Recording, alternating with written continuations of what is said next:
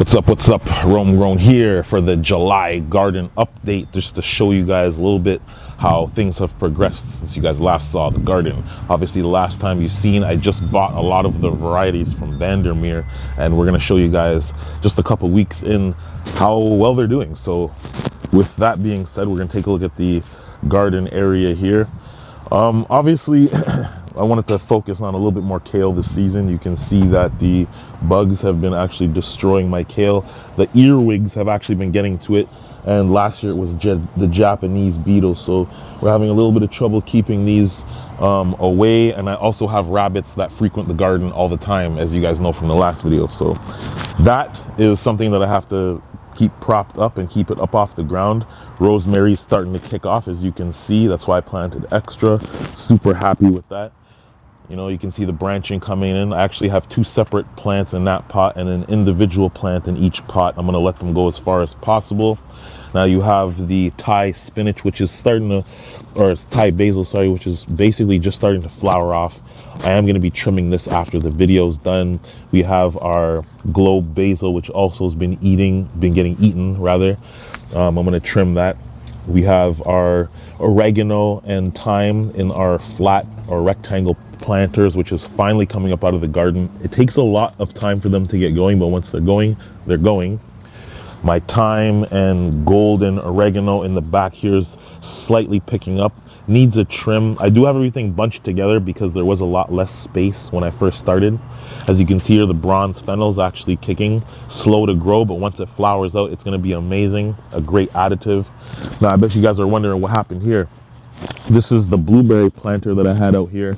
The blueberry plant died, but these grass seeds are doing amazing. I might actually take these seeds and put them in that patch over there that we dug up the planter, and we actually moved the planter back to its original position. So I might need this grass seed, to be honest with you, but I'm gonna throw that planter out and get rid of it.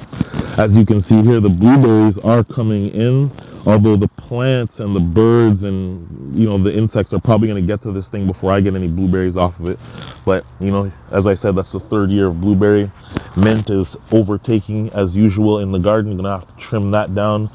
Red Reuben basil, as you can see here, it's also being eaten and picked at. I think this is more of earwig than it is anything else. We have our basil, which is doing very good here in our planter. I'm gonna have to thin these out, but I will be using this in cooking and drying them out as usual. Let's head over to the pepper section real quick. Now, as you guys remember, I started all of these peppers from seed late in the season. So we're just doing an experiment to see how far along I can get them. I did plant a lot more seeds just to make sure that I, you know, had the best chance of getting as many peppers as possible, obviously because it was early in the season. So as you can see here, the varieties are doing well. I am slowly thinning these out. And as I said, I started late in the season, so the more you plant is the better. Now, obviously, I don't want the plants choking themselves off, so I will be adjusting how many plants I have as they grow. I will be thinning them out and or selling them and giving them away to my friends. But everything here is boosting. Surprisingly, the plants that are doing the best are this group of Sugar Rush Peach Stripies, which is why this plant is very lanky, and I'll be keeping as many of these around as possible. You can see our the Carolina Reaper here is already starting to grow little tiny mini peppers just on the inside. Those are actually going to turn into peppers, these little bulbs here that are on the inside. So as you can see here, it's already growing, starting to branch off.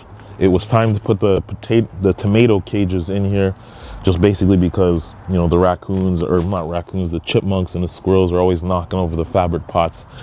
So yeah, everything's looking pretty nice. We just got our planter back there, got some extra soil, and that's kind of what's going on for the time being, man.